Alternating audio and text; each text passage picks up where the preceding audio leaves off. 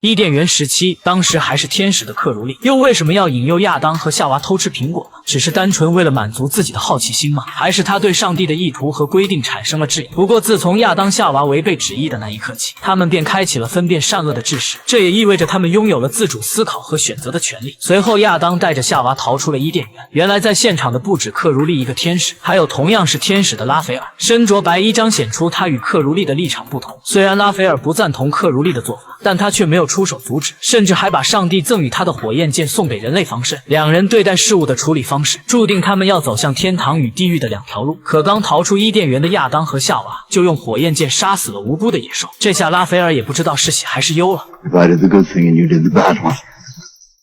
No. Wouldn't be funny at all. 其实他们对人类的态度较为复杂，既不完全认同天堂和地狱的立场，也不完全站在人类的这一边。为了掩盖真相，拉斐尔准备在上帝派对结束前修复好人类逃走的那个破洞。哪曾想上帝酒量不行，竟提前回来了。作为惩罚，拉斐尔被贬入人间历练，彼此再次遇见已是公元前3004年。只不过此时的克如利早已成了堕落天使。上帝看到人类的罪恶越来越多，决定用洪水毁灭人类。克如利看着连小孩都不放过，觉得上帝更加残忍。You can't kill kids. Well, that's more the kind of thing you'd expect Milo to do. 但诺亚一家建造了一艘方舟，准备带上雌雄动物，保留最后的希望。期间，独角兽与大部队走散，没进入方舟，这可能就是独角兽为什么被灭绝的原因吧。时间一晃来到公元33年，自称上帝之子的耶稣遭到门徒犹大的出卖，被钉在了十字架上。而克如利觉得自己名字中的如像是在脚下蠕动的意思，于是他正式改名为克劳利。之后的日子里，他们频繁相遇。时间一长，他们竟发现了上帝的管理漏洞。天使赋予人类希望，疯狂吸粉；相反，恶魔散播怨恨，激发人们的贪婪欲望。他们平时的业绩指标几乎是对等，如果两人躺平，是不是也可以拿到满勤奖？凭借这样，他们在人间晃悠了好多年，不知不觉中，他们竟在天堂和地狱的眼皮子底下炒起了 CP。1793年，拉斐尔被抓进大牢，遭到看守嘲笑。克劳利没有袖手旁观，而是选择及时出手。其实拉斐尔完全可以靠自己应付一切，但为了剧情需要，展现两人之间深厚的友谊，天使拉斐尔也学会了卖萌撒娇。Let me tempt you to a spot of lunch. Temptation accomplished.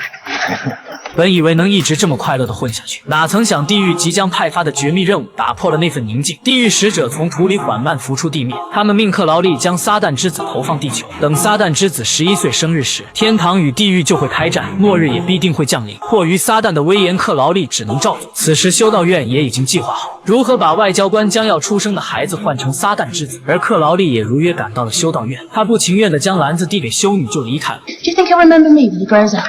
That he doesn't. 今夜必定是个不平凡的夜晚。当一切结束以后，地狱使者哈斯塔杀了个回马枪，赶到了修道院。院长一心向往地狱，认为是下面要提前封他个一官半职的，没想到却给自己乃至整个修道院带来灭顶之灾，一把大火烧得干干净净。历经了上千年，克劳利早已经习惯了地球上的生活，于是他找到拉斐尔寻求帮助。起初拉斐尔并不同意，因为他不想再次违背上帝的意愿。最后两人商量出了绝妙的对策，便是还想以前一样正反两方对抗。恶魔克劳利应聘外交官家的保姆，天使拉斐尔直接化妆成憨厚的园丁。睡前克劳利会给撒旦之子唱腹黑儿歌，灌输邪恶思想，而白天拉斐尔就会给撒旦之子传达光明的正能量。两人还不忘定期向彼此的领导汇报进展。就这样，他们又浑浑噩噩地做了11年的不用功。眼看孩子的11岁生日就要到，地狱会放出地狱恶犬找到撒旦之子，到时只要孩子能为狗子命名，他就可以获得地狱毁天灭地的全部力量。同时，天启4骑士也会归位，协助撒旦之子毁灭人类赖以生存的地球。北非的无主之地，战地记者走入军营，原本准备和谈的叛军突然剑拔弩张，殊不知等待他们的噩梦才刚刚开始。快递老哥将地址不详的包裹送到记者手中，想必这家快递公司的老板是个画饼高手呢。而邮寄的物品是一柄岩剑，它就是当年天使拉斐尔赠予亚当夏娃的那柄剑。随着记者拔出岩剑，平息的纷争再次被打响，而他就是天启4骑士之一的战争。但凡是他出没的地方，就会秩序混乱，硝烟永无止境，给人们留下长期的心理阴影和创伤。接下来，快递员赶到爱荷华州的餐厅，虽然周围荒无人烟，但餐厅却食客不断，甚至售卖的食物也是垃圾中的垃圾。长期食用会导致地中海和肾衰竭。他就是潜藏起来的天启4骑士之一饥荒，难怪会有这么多傻子不远万里赶来。而他的包裹是一杆古老的天平，暗示着在在资源匮乏时期对食物的斤斤计较。快递员的下一站是一条河，一条被人类亲手玷污的河。坐在这里的白发女人并不是环保大使，却是在欣赏眼前的绚丽美景。她就是顶替瘟疫的天启4骑士之一污染，而她的快递物品是一顶水晶王冠，象征着对环境的破坏和对人类健康的威胁。回到车上，快递员打开了最后一个收件地址，看到地址的那一刻，他面露凝重，给自己的妻子留下了一句话。随后他空手下车，险些被高速的大货车撞倒。就在他庆幸的同时，竟看到自己的尸体躺在血泊中。原来4骑士的最后一位是死亡，由于死亡代表着无处不在的永恒，所以他的快递没有物品，只有一句无关紧要的口信 Come and see. Finally! What does it mean, sir? It's a call to action. 这些骑士的象征意义反映了对当下地球环境的讽刺，也暗示我们将面临的各种挑战和危机。原来集结他们的目的是协助撒旦之子为地狱打响毁灭地球的第一枪。其实守株待兔的还有天使拉斐尔和恶魔克劳利，他们准备在恶魔之子11岁生日宴上阻止他与地狱恶犬见面，从而切断地狱之子得到力量被唤醒。眼看时间已到，却连地狱恶犬的毛都没看着，于是克劳利通过电台向地狱确认，得到的消息是恶犬早已就位。为了应付差事，克劳利只能强装镇定地说一切尽在掌握中。 New dog. No dog. Wrong boy. Wrong boy. 正如他们说的那样，撒旦之子另有其人。丛林中，恶犬与真的撒旦之子偶遇。临近时，恶犬听到主人的愿望，他想要一只温顺的小狗。下一秒，它果真就变成呆萌的小狗。看来主人心灵纯洁，的确可以引导宠物向善。作为当年亲手投放婴儿的克劳利，觉得撒旦之子被调包的原因出在修道院。不过，如今的修道院已经成真人 CS 基地，并且还给了他们一个惊吓。克劳利瞬间变形，吓得玩家当场晕厥。之后，他还贴心地为拉斐尔吹去身上的油漆。四目相对的眼神让我相信了他们的关系。作为惩罚，克劳利将其余玩家的气枪都变成了真家伙，甚至还煽动他们誓死激战的情绪，却遭到拉斐尔的极力反对。看到对方是认真的，克劳利马上保证，即便是真枪，也不会有一人死去。其实他骨子里还是善良的。Shut it. I'm a demon. I'm not nice. I'm never nice. Nice is a four-letter word. I'm not. Excuse me, gentlemen.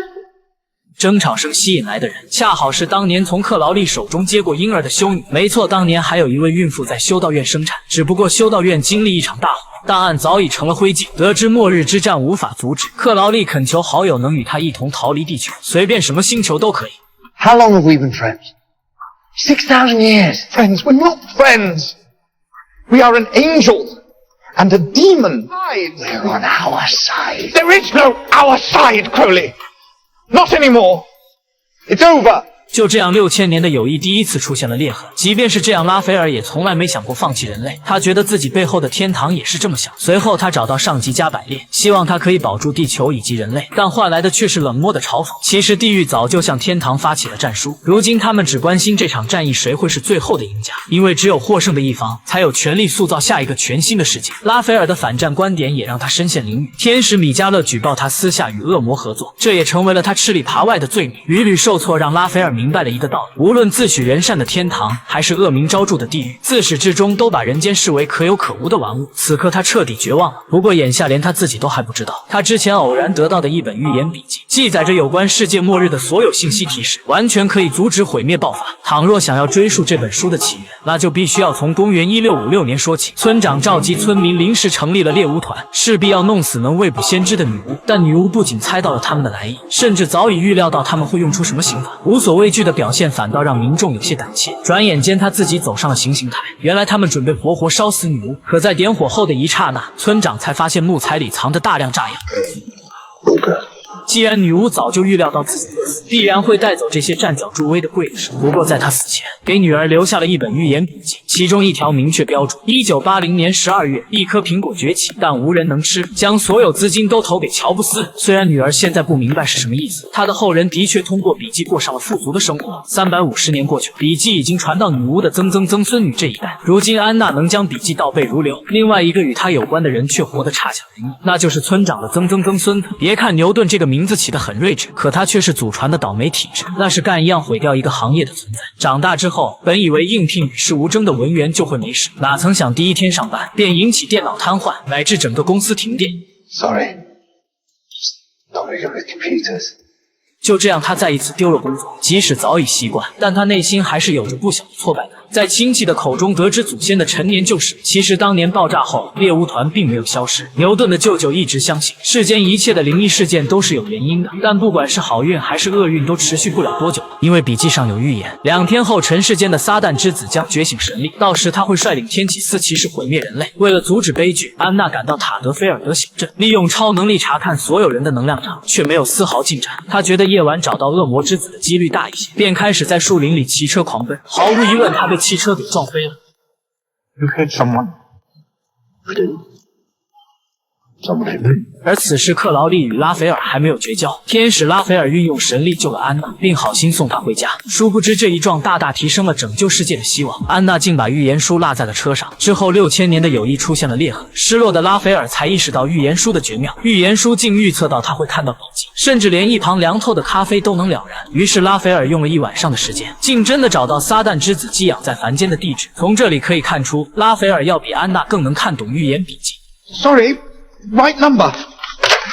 丢失笔记的安娜变得暴怒，恰好让路过的亚当看到。由于年龄吻合，安娜也查看了他的能量场，结果对方竟半点光环都没有体现，命中注定安娜会与之擦肩而过。其实亚当就是他要找的撒旦之子，他的能量场已经笼罩着他所在的整片陆地。得到准确地址的拉斐尔将书店暂停营业，在法阵上点好蜡烛，试图越过加百列直接与上帝代言人汇报，可得到的答案依旧相同。他们高高在上视人类如蝼蚁，他们只在乎地球的管理权最终归谁。不过这一幕恰好被牛顿的舅舅偷看到，急于证明自己的维尔闯进书店，不由分说的就把拉斐尔当成了妖魔，也算是大才得以施展吧。天使不想伤及无辜，便逐渐向后退去，结果他不小心踏入了与上帝对话的法阵。 Oh.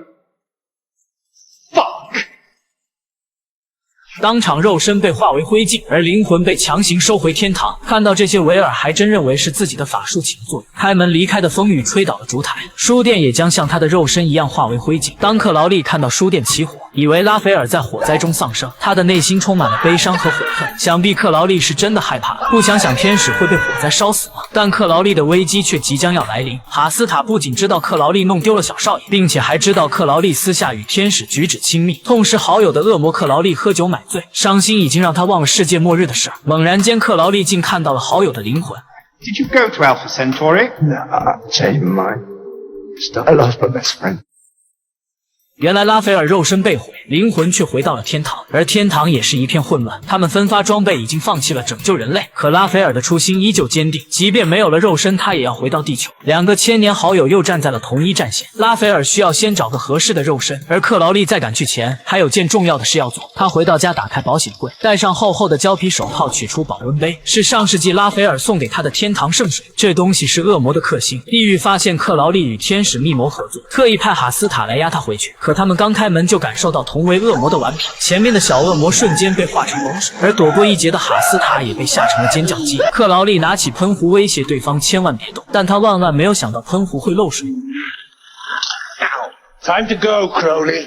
You've definitely passed the test. You're ready to start playing with the big boys. 见计谋被识破，克劳利连忙服软。临走前，他希望能给地狱领主通个电话，没想到哈斯塔这个傻子还真信了。克劳利趁对方放松警惕，瞬间把自己电子化穿进了手机的电子信号流。这技术怎么看上去有些眼熟呢？你说你这样弄，让隔壁的蚁人情何以堪呀？哈斯塔也不甘示弱，赶紧电子化跟上。殊不知这反倒中了克劳利的阴谋诡计。刚才克劳利是拨通的房间座机，利用先后顺序的时间差，将哈斯塔电子信号流困在了语音电话里。这可能就是邪恶力量中被诅咒的电话。另外，拉斐尔也找到酷爱通灵的神婆借用肉身，真是冤家路窄。神婆竟是维尔的房东。有过之前的错误经历，维尔再次准备用食指驱魔，但拉斐尔并没有报复他，并说出自己天使的身份，拉拢他一起加入。就这样兵分两路，他们分别赶去撒旦之子的方向。很明显，拉斐尔的小电驴略胜一筹，因为克劳利现在还堵在高速上。当年他为了完成地狱派发的作恶指标，将这里设计成1年堵一次，一次堵1年的路段，结果自己给自己挖了个大坑。其实他挖的坑还不止这个。客服小姐姐向克劳利的座机打去电话，恰好给了哈斯塔可乘之机。紧接着，白色茧蛹子从话筒里钻出，1只、2只、3只虫子如潮水般涌入，瞬间把众人吞噬，最后组建成地狱使者哈斯塔。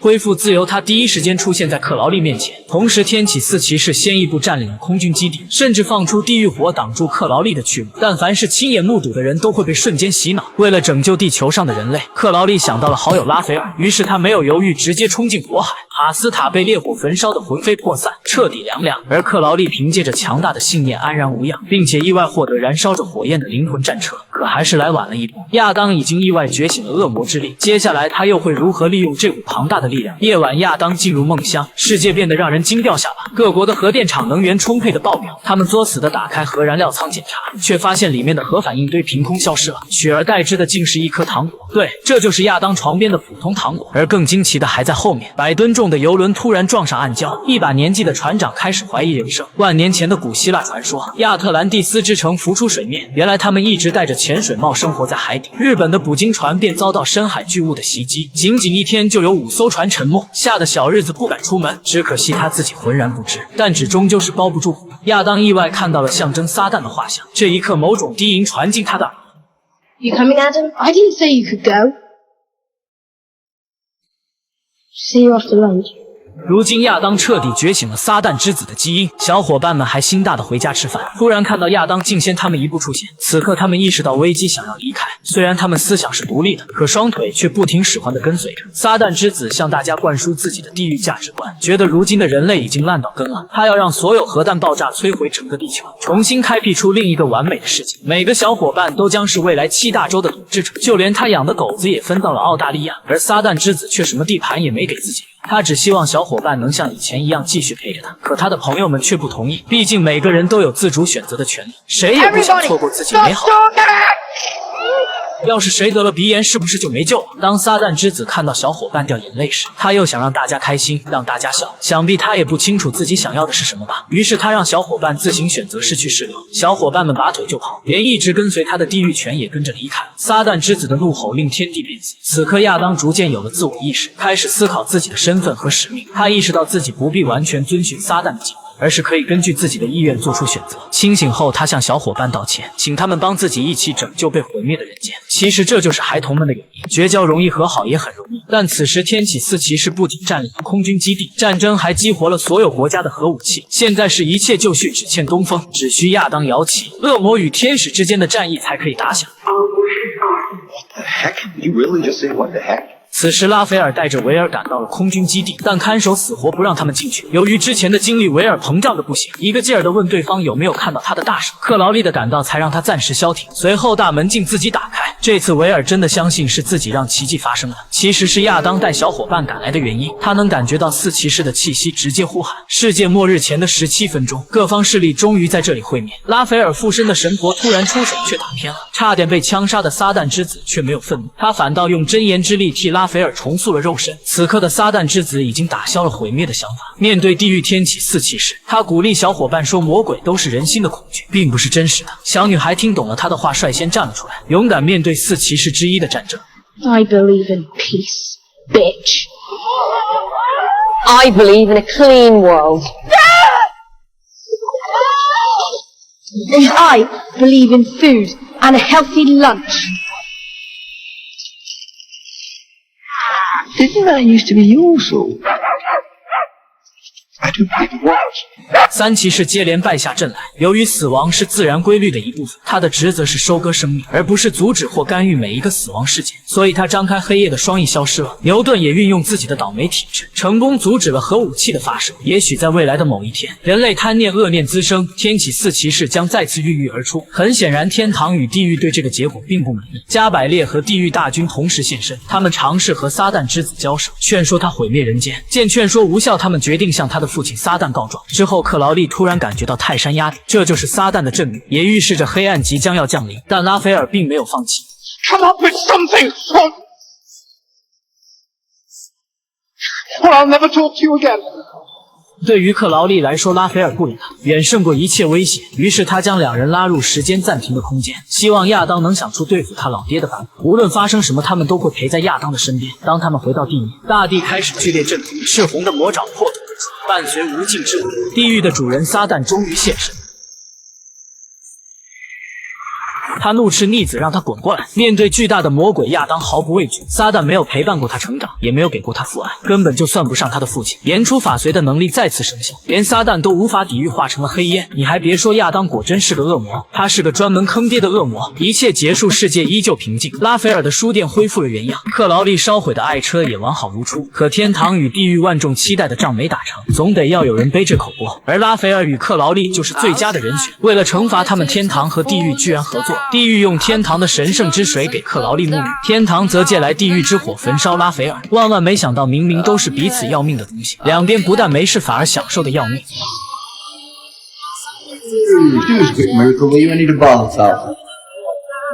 不久后，克劳利和拉斐尔回到了人间。原来是预言笔记的最后一页提醒了他们，两个人互换了身份，火烧不死恶魔，圣水容不了天使。随后，他们脱离公司，结束了打工生活，开启甜蜜的退休假期。